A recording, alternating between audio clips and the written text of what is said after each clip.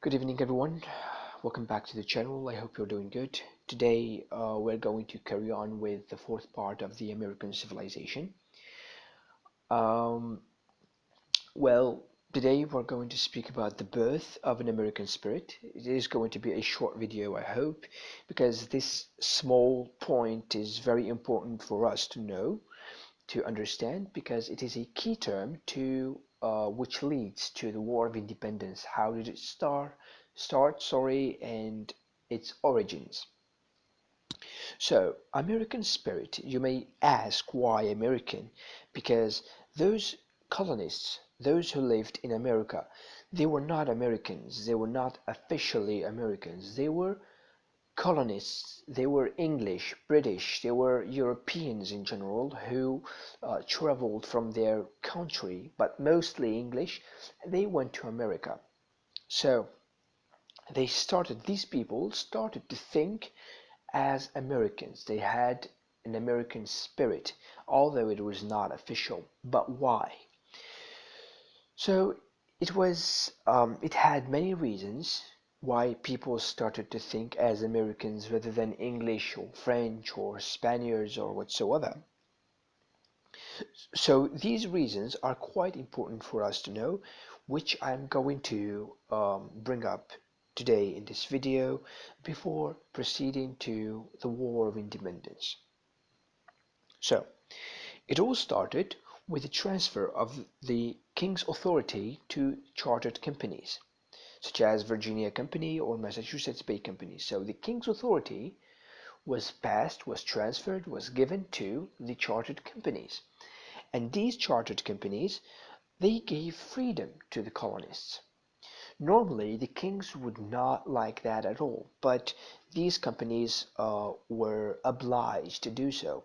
If you have seen my previous videos, you would understand the chapter of the indentured servants and their contract. So, um, just a quick reminder, what do we mean by freedom? So, some people in England, they couldn't afford a trip from England to America. So the sponsors, those nobles who could afford this trip, they paid for they paid for let's say they afforded for the trip of the ordinary people who wanted to travel from England to America. In return, they would work, this is the contract, they would work for from 4 to 7 years. After the contract is finished, they would be given a piece of land to cultivate for themselves, and this category of people, once they have become free, they became very powerful and rich as well. So this is one of the reasons why people started to love America rather than England, because they did not have that before. So not only they had freedom, but they had representation. They were represented, in the government or in the government of the colonies. So they had freedom, they had power, and the system of government in the colonies, we have two categories, two parts. We have the governor and we have the appointed council. The governor represents the king. The appointed council represents the ordinary people. So now they have representation, which gave them power, because once you are represented, you cannot pay taxes if you're not willing to. So one more point, another important point is whenever the king signs a charter, this charter must involve provisions for colonists' representation, which means if the king decides to send an expedition from England to America, his charter, must include the representation of those people who would come from England to America. They must be represented. This is an important change because people before they did not have that. But there was an exception or two exceptions, um, where with the colonists who lived in New York and Georgia, they could not be represented. They could not do anything because these colonies belonged to the English nobility. So the colonists forced the official authorities to accept representation. They had to accept representation. How?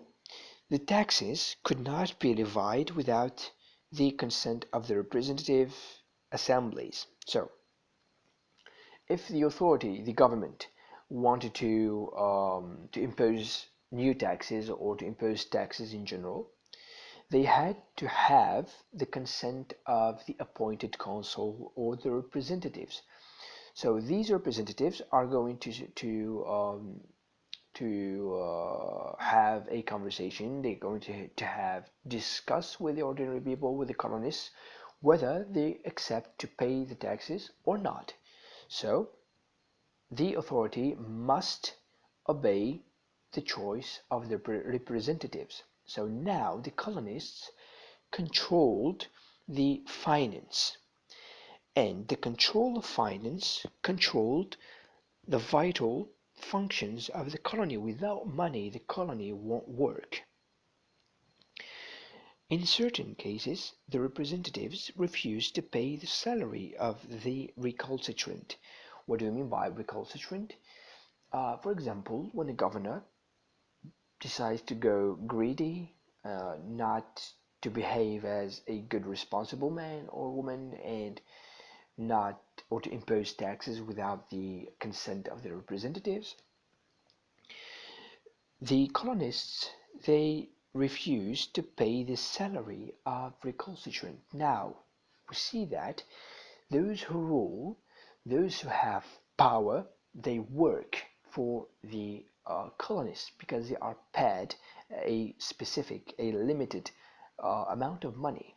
So, in case these responsible people or persons, in case they do not behave well, they won't be paid a good salary. And in general, the the these governors are paid with 1 penny. It means it's like humiliation or something in order to teach them a lesson. With that being said, um, representatives of the colonies always defended laws which were favorable to the colonies or to the colonists in general. So representatives, like I said, they work in favor to the people or the colonists who lived in America. And some of the chartered companies and the governors wanted to rule autocratically. It means they wanted to rule without the consent of the representatives. They wanted to do whatever they wanted to. They wanted to do what their king um, wanted them to do. So these colonists threatened the responsibles to leave the colony and leave it empty. So just imagine if the colonists decide to leave the colony, there would be no workers, no farmers, nothing. So the colony would go, if it is right to say, bankrupt. They won't have money anymore. They won't produce goods. They won't produce, um, let's say, they won't have the produce in terms of agriculture. For example, if you go to the north, they would stop building ships, they would stop fishing, etc. So that was a disaster. Why these colonists decided to threaten those um, responsibles? Because they wanted freedom. They fled England in order to seek freedom, and they couldn't find it in America, so they could go and search somewhere else. And also, they were self reliant, if you remember the Yankee spirit, self governance, self reliant. And they were pioneers, they were adventurous, and it was the American way, it was the American spirit So America was vast. If you are not going to represent us, if you're not going to have our consent in official matters, what is going to oblige us to stay here in this colony? We could just go west and discover new places and establish our own colony where we can represent people. So here, the chartered companies, um, they were obliged to accept representatives. They were obliged to have their consent in terms of taxes and anything which was related to finance. So this is the birth of the American spirit, and it is very important. I hope it is clear. Just in case you need some clarification, feel free to message me. I'm going to leave my personal email, and I tell you, see you in the next video. Peace.